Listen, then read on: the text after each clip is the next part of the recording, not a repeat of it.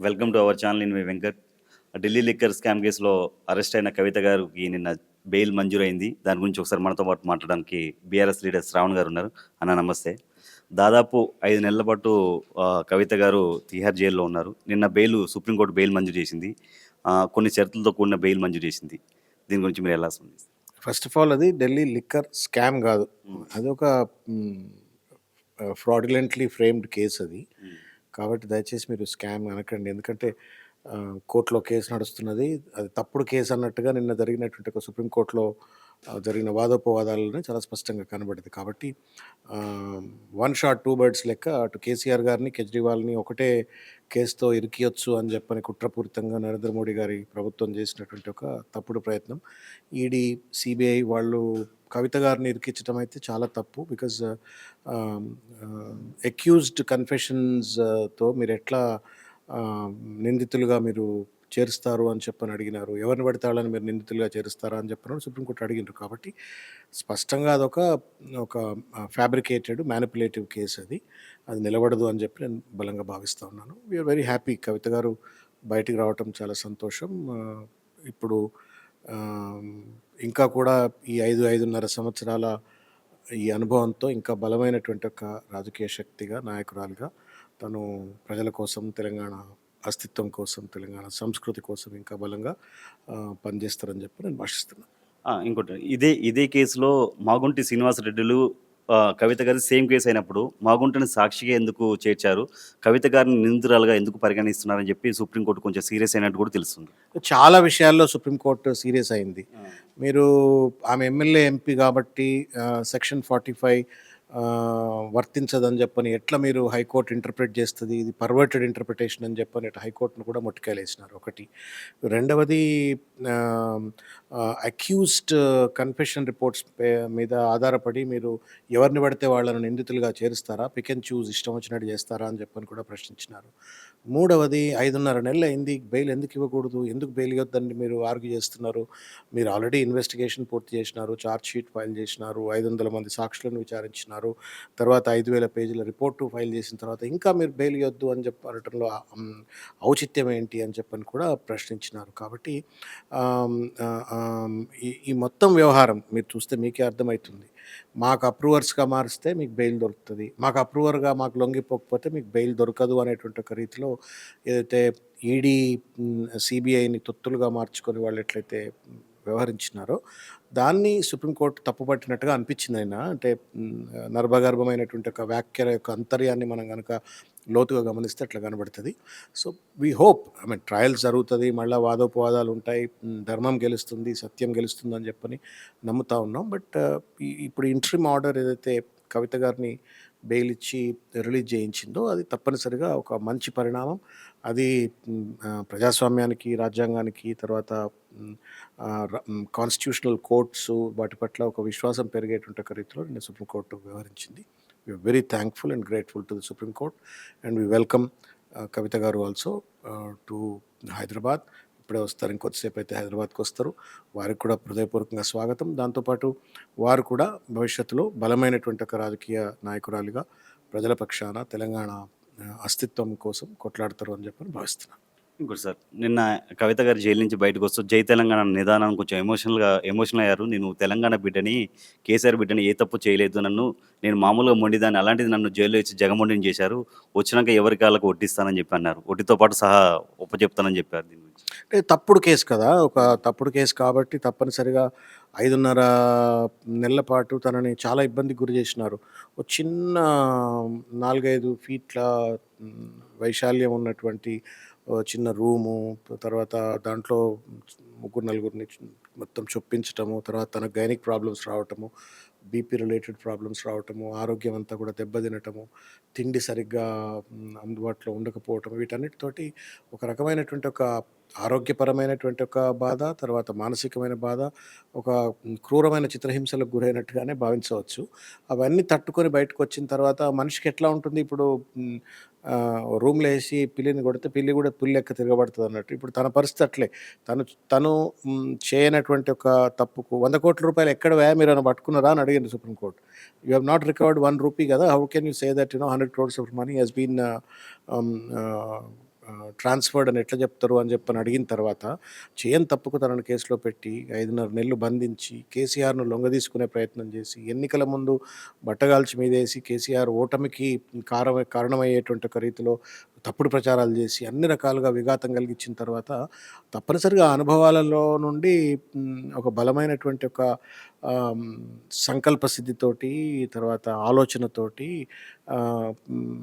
కవిత గారు పనిచేస్తారు ప్రజాక్షేత్రంలో అని నేను నమ్ముతున్నా.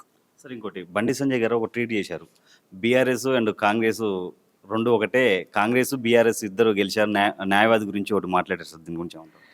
ఇప్పుడు వీళ్ళంతా ఏది పడితే అది మాట్లాడుతున్నారండి. అర్థం పర్థం లేదు. రాజ్యాంగబద్ధమైన పదవిలో కూర్చొని, ఒక మంత్రి పదవిలో కూర్చున్న వాళ్ళు సోయి మర్చి మాట్లాడుతా ఉన్నారు. బండి సంజయ్ గారు పార్టీ అధ్యక్షుడిగా ఉన్నప్పుడు ఏది పడితే అది మాట్లాడిండు. టీవీలు చూపెట్టినాయి, పేపర్లు రాసినాయి. ఏదో జై కొడతాడు, జై కొట్టిండు. చీర్ గ్యాంగ్ అరిస్తోళ్ళు అరిచిండ్రు. బట్ ఇప్పుడు నౌ యూర్ ఎ మినిస్టర్. ఒక క్యాబినెట్ మినిస్టరు. అది కూడా ఐ మీన్ కేంద్ర మంత్రివి, యూనియన్ హోం మంత్రివి. నువ్వు అర్థం పర్థం లేకుండా మాట్లాడితే ఎట్లా బండి సంజయ్ గారు? తెలియదు ఆయనకు. కాంగ్రెస్ ఆయనకు తెలియదు. ఆయనకు గమ్మత్తు ఏంటంటే, విచిత్రం ఏంటంటే, కాంగ్రెస్ అడ్వకేట్, కాంగ్రెస్ అడ్వకేట్. ఎవడు కాంగ్రెస్ అడ్వకేటు? ముకుల్ రోత్గి కాంగ్రెస్ అడ్వకేటా? బండి సంజయ్ గారికి తెలియని విషయం ఏంటి అంటే, ముకుల్ రోత్గి 2014 నుండి 17 వరకు అనుకుంటా, ఆయన భారతదేశ అటార్నీ జనరల్, నరేంద్ర మోడీ గారే నియమించినటువంటి అటార్నీ జనరల్. మరి బీజేపీ అడ్వకేటు ఆర్గ్యూ చేసిండు అనే, ఆయన బీజేపీ అడ్వకేట్ అనాలా మరి అటువంటప్పుడు? ఆయన advocate, senior most lawyer. That too has been appointed as attorney general of India by Narendra Modi. ఆయన కాంగ్రెస్ కాంగ్రెస్ అని అంటున్నాడు. ఏమైనా అర్థం ఉందంటే తెలుసుకొని మాట్లాడాలి. తెలియకుంటే ఏది పడుతుంది మాట్లాడితే ఎట్లా? మనుసింఘ్వి జస్టిస్ నరసింహారెడ్డి పైన కేసీఆర్ గారు వేసిన కేసులో కేసీఆర్ గారికి వ్యతిరేకంగా ఆర్గ్యూ చేసిండు మనుసింఘ్వి. ఇంకెక్కడ వచ్చి కవిత గారికి అనుకూలంగా సింఘ్వి ఆర్గ్యూ చేసిండు? ఫ్యాక్ట్స్ తెలవకుండా ఏది పడితే అది మాట్లాడితే, మీ టీవీలో ఏమో ఏది పడితే అది చూపెట్టరి, ఆ పేపర్లో ఏది పడితే అది రాసిరి, వాళ్ళ పబ్బం వాళ్ళు గడుపుకుంటుండి ప్రజలను కన్ఫ్యూజ్ చేసే ప్రయత్నం. కొంచెం తెలుసుకొని, ఫ్యాక్ట్స్ తెలుసుకొని, రోద్గి ఎవడు, సింఘ్వి ఎవరు, వాళ్ళ బ్యాక్గ్రౌండ్స్ ఏంటి అని తెలుసుకోవాలి. ఒకటి. రెండవది ఏంటంటే, మీరు కేంద్ర మంత్రి అయి ఉండి ఒక జడ్జ్మెంట్ సుప్రీంకోర్టు నుంచి వస్తే, ఆ జడ్జ్మెంట్ ఏదో కొల్యూడెడ్ జడ్జ్మెంట్ అని చెప్పని మంత్రి మాట్లాడటం ఏంటండి? అసలు వాళ్ళని కంటెంప్ట్ ద కోర్ట్ కింద లోపల పడేయాలి. అలాంటి మంత్రి అయితే అయిండు కావచ్చు, కానీ లోపల పడేయాలి. అది ఇల్లాజికల్, అన్టెనబుల్ క్రైమ్ అది. నువ్వు ఒక కేంద్ర మంత్రి అయి ఉండి నువ్వు you are making a statement that because Congress ఆయన మాట్లాడిండు కాబట్టి ఏదో తెచ్చుకున్నారు, అదేదో లోపాయకారి ఒప్పందాలతోటి బెయిల్ వచ్చింది అన్నట్టుగా ఒక కేంద్ర మంత్రి మాట్లాడితే, తెలిసి మాట్లాడుతున్నారా, తెలియక మాట్లాడుతున్నారా, మూర్ఖత్వంతో మాట్లాడుతున్నారా, అజ్ఞానంతో మాట్లాడుతున్నారా?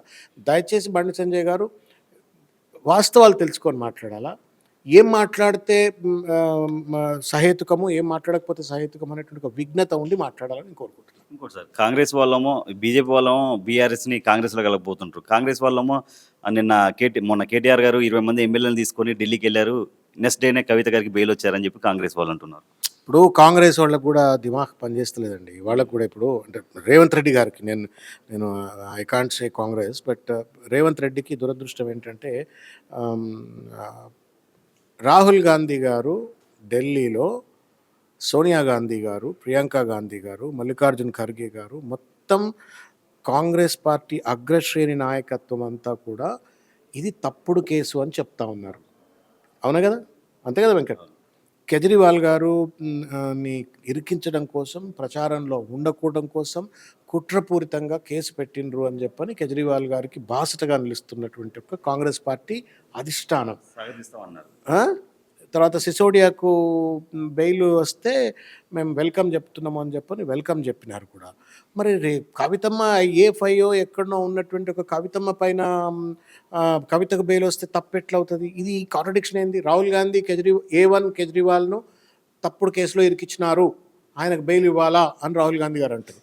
ఇక్కడ ఆయన అనుచరుడు అయినటువంటి ఒక రేవంత్ రెడ్డి కవిత గారు బెయిల్ రావడం తప్పు, బీజేపీతో కొల్యూజన్ అయితే బెయిల్ వచ్చింది అని మాట్లాడితే ఏమైనా అర్థం ఉందండి? మరి సిసోడియాకు తర్వాత ఇంకొక ఆయనకు కూడా బెయిల్ వచ్చింది, వాళ్ళు కూడా బీజేపీతో కొల్యూడ్ అయినట్ట? అర్థం పర్థం లేకుండా మాట్లాడుతున్నారు. కొంచెం ఇంగితం, విఘ్నత, ఈ పనికిరాని మాటలతోటి ప్రజల కడుపులు నింపలేరు, పార్టీ ప్రాబల్యాన్ని పెంచలేరు. పార్టీని పల్చన చేసుకుంటున్నాడు రేవంత్ రెడ్డి. కష్టపడిండు 10 ఏళ్ళు చాలామంది కార్యకర్తలు కష్టపడితే ఆ పార్టీ వాళ్ళు అధికారంలోకి వచ్చింది. ఆయన ఒక్కడేదో పొడిస్తే రాలే అది. 10 సంవత్సరాలు కాంగ్రెస్ పార్టీలో చాలామంది కార్యకర్తలు కింది స్థాయిలో ఉన్న వాళ్ళు అందరూ పనిచేసిండ్రు. ప్రజలు మరణ పొందిండ్రు, అధికారంలోకి వచ్చిండ్రు. దాన్ని నిలుపుకోలేటువంటి ఒక విఘ్నత లేకుండా ఉట్టిగానే బట్టకాల్చి మీదేసినట్టుగా కేసీఆర్ గారి పైన కోపంతో లేకపోతే కవిత గారి పైన కోపంతోటనో వాళ్ళ కుటుంబం పైన కోపంతోటి ఇష్టం వచ్చినట్టు మాట్లాడి అబద్ధాలు మాట్లాడతారు. ఈ కాంట్రడిక్షన్స్ చెప్పండి. రాహుల్ గాంధీ కేజ్రీవాల్ను విడుదల చేయాలంటున్నాడు, దొంగ కేసు అంటున్నాడు ఢిల్లీలో. రేవంత్ రెడ్డి ఇక్కడ ఏమంటాడు తెలంగాణలో, ఇది మంచి కేసే, కవిత బయటికి రావద్దు, ఈ బెయిల్ వచ్చినందుకు బీజేపీతో కుమ్మకండి. నేను రాహుల్ గాంధీని నమ్మనా లేదా రేవంత్ రెడ్డిని నమ్మనా చెప్పండి. ఏఐసీసీ అధినేత కాబట్టి నేను రాహుల్ గాంధీ చెప్పిందే నమ్ముతా. నువ్వు మీరు ఫస్ట్ ఆఫ్ ఆల్ తెలుసుకోరు, పోయి రాహుల్ గాంధీ గారి దగ్గర మాట్లాడండి. I also appeal. అంటే దురదృష్టం ఇప్పుడు ఇక్కడ మరి ఆ ఇన్ఛార్జీలు ఏం చేస్తున్నారో, ఓ మంచి సిస్టమ్ ఉంటుండేనండి, ఏఐసీసీ ఇన్ఛార్జీలు సిస్టమ్ అదంతా ఉంటుండే. మరి వాళ్ళు ఏం చేస్తుండో అర్థం కావట్లా. నువ్వు ఏఐసీసీని కాంట్రడిక్ట్ చేస్తూ ఉన్నాడు రేవంత్ రెడ్డి ఇక్కడ. ఇన్ ద సేమ్ కేసు ఏఐసీసీని కాంట్రడిక్ట్ చేస్తూ ఉండు. నువ్వు కేజ్రీవాల్ను అవమానపరుస్తున్నావు. మీ అలయన్స్ పార్ట్నర్ అయినటువంటి ఒక కేజ్రీవాల్ను రేవంత్ రెడ్డి అవమానపరుస్తూ ఉండు, అది కూడా ఒక ముఖ్యమంత్రి హోదాలో ఉండి. విఘ్నత లేకుండా దయచేసి రేవంత్ రెడ్డి మాట్లాడితే అది ఆయనే పల్చన అవుతాడు తప్ప ఎవరికి దానివల్ల వచ్చే లాభం ఉండదు. బీఆర్ఎస్ పార్టీకో కేసీఆర్ గారికో కవిత గారికో నష్టం అవుతుందని చెప్పను నేను భావిస్తలేను. ఈ కాంట్రడిక్షన్ తెలుస్తుంది ప్రజలకు తెలియదా? రాహుల్ గాంధీ ఇట్లా అంటుండ్రు, రేవంత్ రెడ్డి ఇట్లా అంటుండ్రు, మరి ఈయన తప్పుకోవాలి అనుకుంటారు కదా. అది సార్ ఇంకొకటి, ఓటుకు నోటు కేసులో రేవంత్ రెడ్డి గారు డైరెక్ట్ పట్టుబడ్డారు. కవిత గారిది ఇంకా కేసు ఎలాంటి ప్రూఫ్లు లేదు. అలాంటి అతను ముఖ్యమంత్రి అయ్యి ఇప్పుడు కవిత గురించి మాట్లాడే అర్హత లేదని చెప్పి కొంతమంది బీఆర్ఎస్ నాయకులు, కొంతమంది ప్రజలు కూడా అంటున్నారు దీని గురించి. ఇప్పుడు రేవంత్ రెడ్డి గారు నిస్సిగ్గుగా నగ్నంగా 50 లక్షల రూపాయల డబ్బుతో దొరికినటువంటి ఒక వ్యక్తి. సరే, ఆయన 50 లక్షలతో దొరికిండు కాబట్టి ఒకవేళ కవిత గారు తప్పు చేస్తే ప్రశ్నించమనండి. తను తప్పు చేసినంత మాత్రాన ఇంకొక తప్పును ప్రశ్నించొద్దని లేదు. ఒకవేళ తప్పు జరిగితే, తప్పు జరగలేదురో మొర్రో అని నీ అలయన్స్ పార్ట్నర్ మొత్తుకుంటున్నాడు భయ్. కాంగ్రెస్ పార్టీతో ఢిల్లీలో అలయన్స్ పార్ట్నర్ అయిన కేజ్రీవాల్ ఏమంటున్నాడు, నాకు 9,000 కోట్ల రూపాయల లాభం వచ్చింది ఈ కొత్త పాలసీ వల్ల, కాబట్టి నేను ఈ పాలసీ తప్పు కాదు, మేము ఆ టెండర్ ప్రక్రియ తప్పు కాదు, అంతా కూడా సహేతుకమే, కానీ చిన్న చిన్న అనుమానాలు వచ్చినందుకు మేము విత్డ్రా చేసుకున్నామని చెప్పని, మాకు లాభం వచ్చిందని చెప్పని ఆయన మొత్తుకుంటుంటే రేవంత్ రెడ్డి తప్పు అని మాట్లాడితే ఏమైనా అర్థం ఉందా? నిజంగానే తప్పు జరిగితే రేవంత్ రెడ్డి దొంగ పని చేసినప్పటికి కూడా దొంగ అన్నట్టుగా అంటే అనొచ్చు. నేను ఐఎమ్ నాట్ డినై. అందులో ఏం జరగలేదని కేజ్రీవాల్ చెప్తున్నాడు. ఎవరు కేజ్రీవాల్? రాహుల్ గాంధీ మిత్రుడు. రాహుల్ గాంధీతో 24 hours భుజాలు రాసుక తిరుగుతున్నాడు. నేషనల్ అలయన్స్లో పార్ట్నరు. ఇంకెక్కడ ముచ్చట చెప్పురి. అర్థం ఉండాలి మాట్లాడితే. తప్పు జరిగిందా జరగలేదా సుప్రీంకోర్టు డిసైడ్ చేస్తుంది. దోషులు ఒకవేళ నిజంగానే తప్పు జరిగితే దోషులను శిక్షిస్తుంది సుప్రీంకోర్టు. బట్ నీ కాంట్రడిక్షన్స్ ఏంటి భయ్? నీ పార్ట్నర్, నీ అలయన్స్ పార్ట్నర్, నీతో పాటు నిరంతరం మోడీకి వ్యతిరేకంగా కొట్లాడుతున్న కేజ్రీవాల్, ఇది తప్పుడు కేసు, ఈ కేసులో ఏమీ ఇది లోపభూయిష్టమైనటువంటి ఒక రీతిలో మా మీద కావాలని కేసు పెట్టిండ్రు అని అంటే కరెక్టే అని అంటుంటారు ఢిల్లీలో. కవిత దగ్గరకు వస్తేప్పటికే తప్పు కేసు ఇది లోపల పెట్టాలా, బెయిలెట్ ఇస్తారని మాట్లాడుతుంటారు. నవ్వుతారు, నోట్తో నవ్వరు, ఇక దేంతో నవ్వుతారు ఇక అట్లా.